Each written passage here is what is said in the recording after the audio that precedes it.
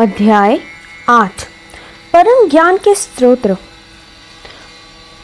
हमें श्रीमद् भागवत का रसास्वादन करने की पद्धति के विषय में जानना आवश्यक है,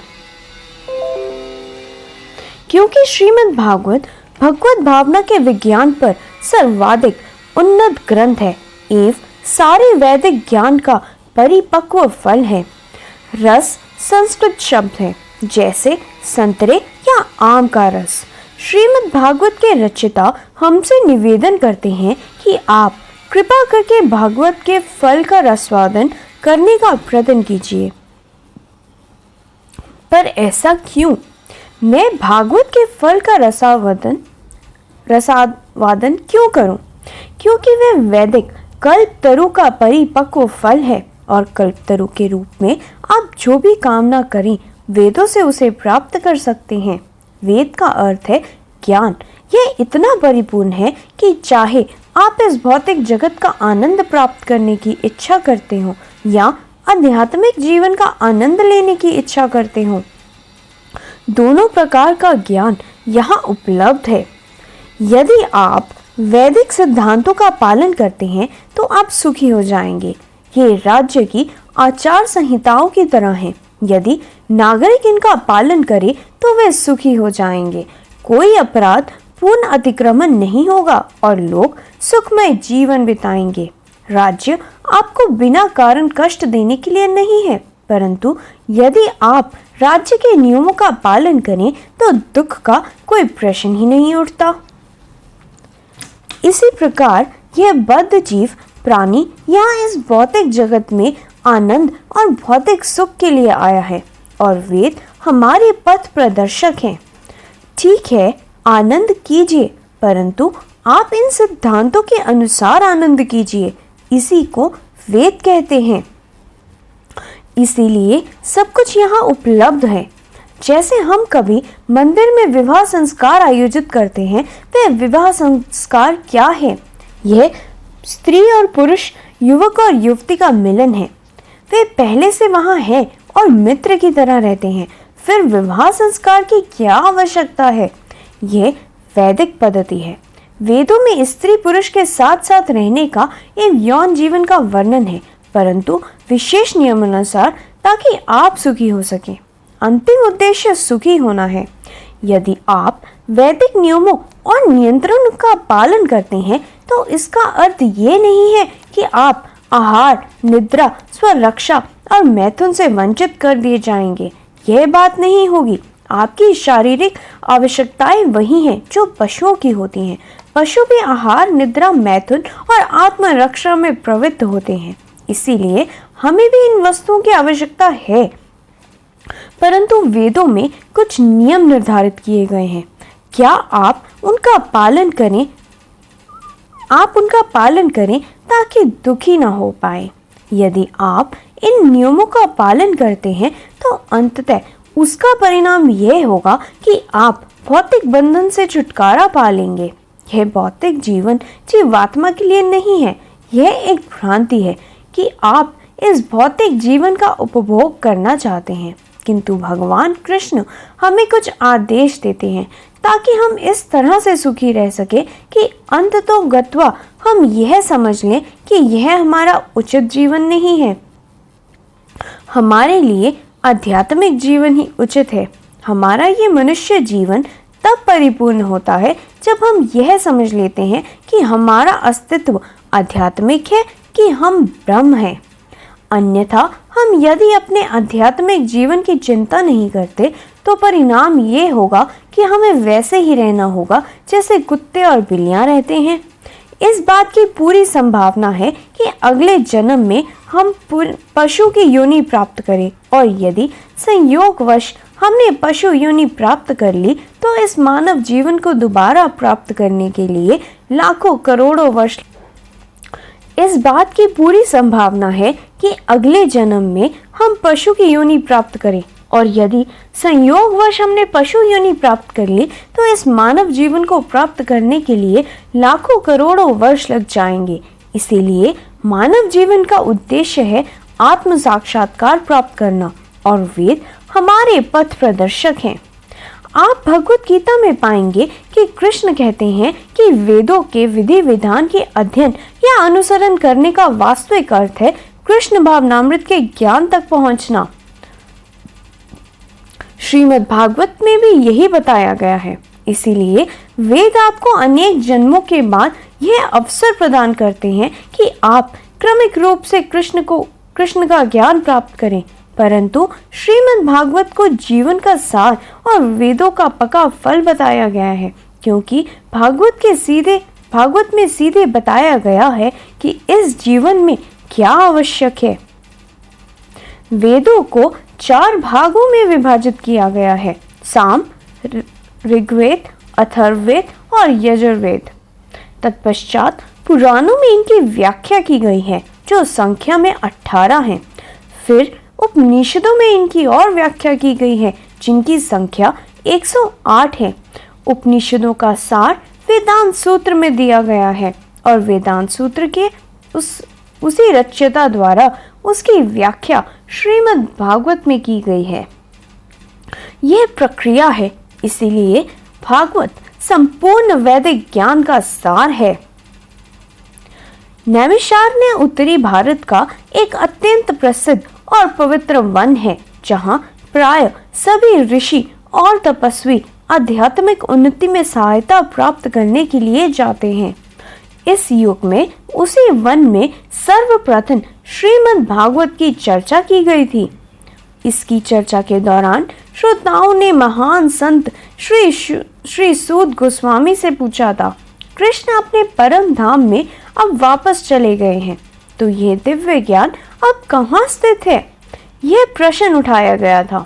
भगवत गीता का उपदेश स्वयं कृष्ण ने दिया था और इसमें ज्ञान योग, कर्म योग, ध्यान योग और भक्ति योग का वर्णन किया गया है।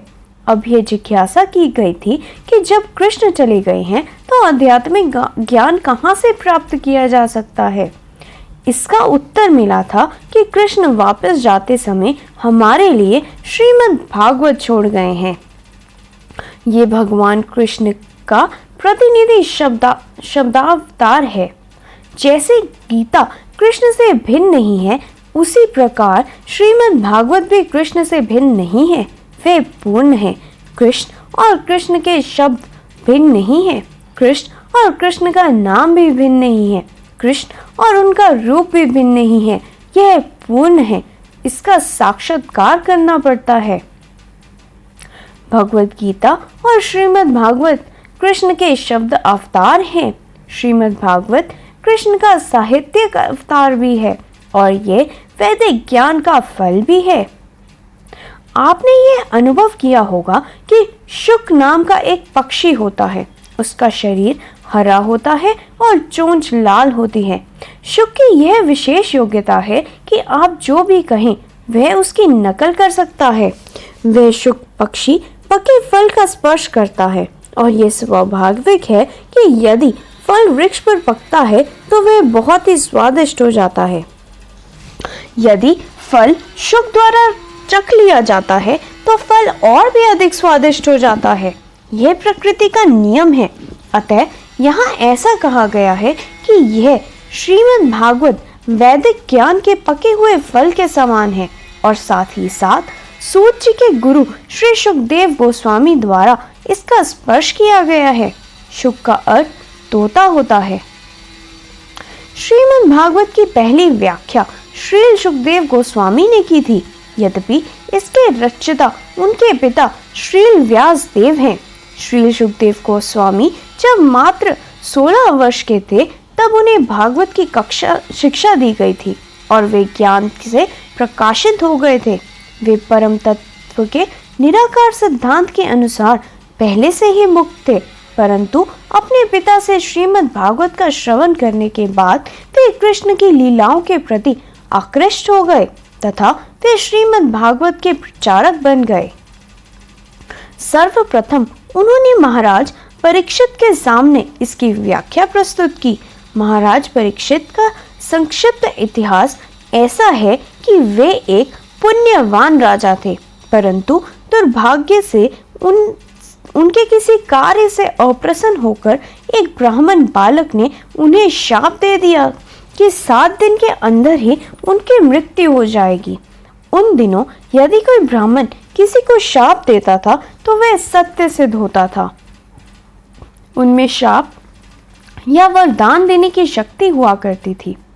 अतः इस प्रकार महाराज परीक्षित यह जान गए थे कि उन्हें 1 सप्ताह के अंतर्गत ही मरना होगा और उन्होंने स्वयं को इसके लिए तैयार कर लिया। उन्होंने अपना राज्य त्याग दिया तथा अपने पुत्र महाराज जन्मेजय को इसे सौंप दिया। स्वयं वे अपने परिवार को छोड़कर दिल्ली के पास गंगा तट पर आ गए थे। वास्तव में यह गंगा नहीं यमुना नदी थी। चूंकि वे महान राजा थे अतः अनेक विद्वान ऋषि उनके पास आए।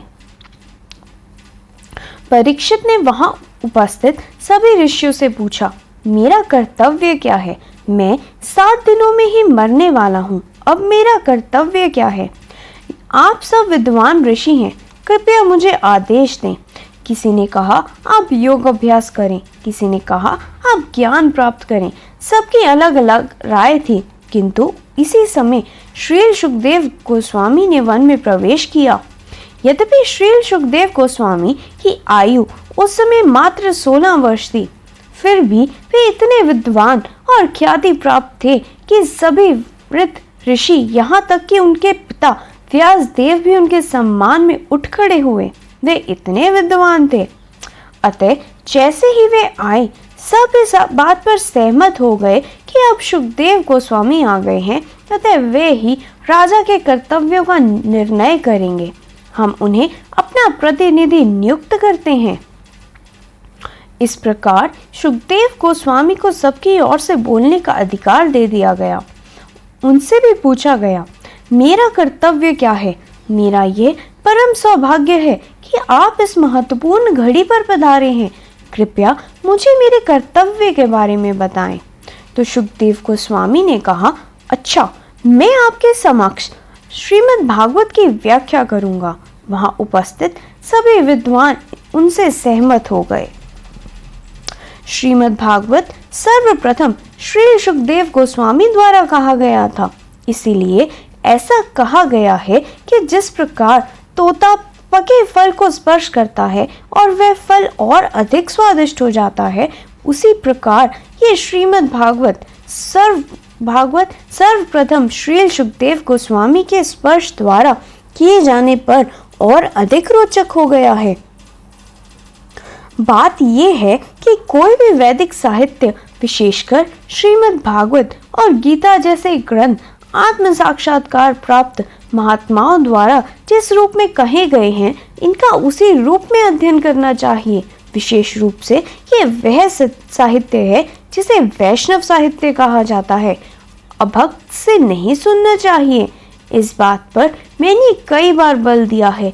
जो लोग अभक्त हैं, मानसिक तर्कवादी हैं, सकाम कर्मी हैं या योगी हैं, वे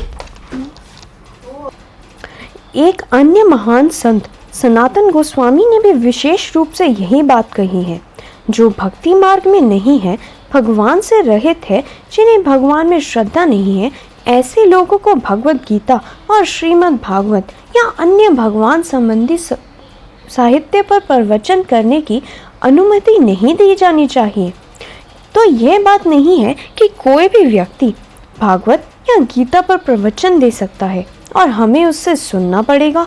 नहीं, विशेषकर सनातन गोस्वामी ने इसके लिए निषेध किया है। हमें भगवान के विषय में किसी भी ऐसे व्यक्ति से श्रवण नहीं करना चाहिए जो शुद्ध ना हो। कोई पूछ सकता है कि आप किस तरह कृष्ण की वाणी को कलंकित कर सकते हैं, जबकि यह वाणी स्वाभाविक रूप से दिव्य प्रेम में शुद्ध है। किसी अभक्त से कृष्ण की वाणी सुनने में क्या दोष है, ये प्रश्न उठाया जा सकता है। इसके बारे में यहाँ एक उदाहरण दिया गया है। दूध कितना भी अच्छा और पौष्टिक क्यों न हो, किंतु सांप का स्पर्श होते ही वह तुरंत विषैला हो जाता है। सांप बहुत ईर्ष्यालु होता है। उसके काटते ही मनुष्य अनावश्यक रूप से तुरंत मर जाता है। इसलिए उसे सभी जीवों में क्रूरतम जीव कहा जाता है। शास्त्रों में अहिंसा का विधान है, परंतु सांप या बिच्छू को मार डालने की अनुमति दी गई है। आप ये नहीं कह सकते कि दूध तो पौष्टिक होता है इसलिए हम उसे पी सकते हैं। सर्प के छू लेने से क्या हानि है? नहीं, इसका परिणाम होगा मृत्यु। हमें कम से कम भगवत गीता और श्रीमद् भागवत का उपदेश उन लोगों से नहीं सुनना चाहिए जो भगवान के भक्त नहीं हैं, जिन्होंने भगवान का साक्षात्कार नहीं किया और जो लोग उनके प्रति द्वेष भाव रखते हैं। उनका स्पर्श इसे विषाक्त कर देता है। भगवान की वाणी सदैव पवित्र होती है, पर जैसे ही सर्प सदृश अभक्तों से इसका स्पर्श हो जाता है तब व्यक्ति को इसके श्रवण से विषय में बहुत सावधान होना चाहिए। श्रीमद् भागवत में संकेत दिया गया है कि ज्यों ही श्री सुखदेव जी ने इसका स्पर्श किया यह रुचिकर हो गया। यही अंतर है।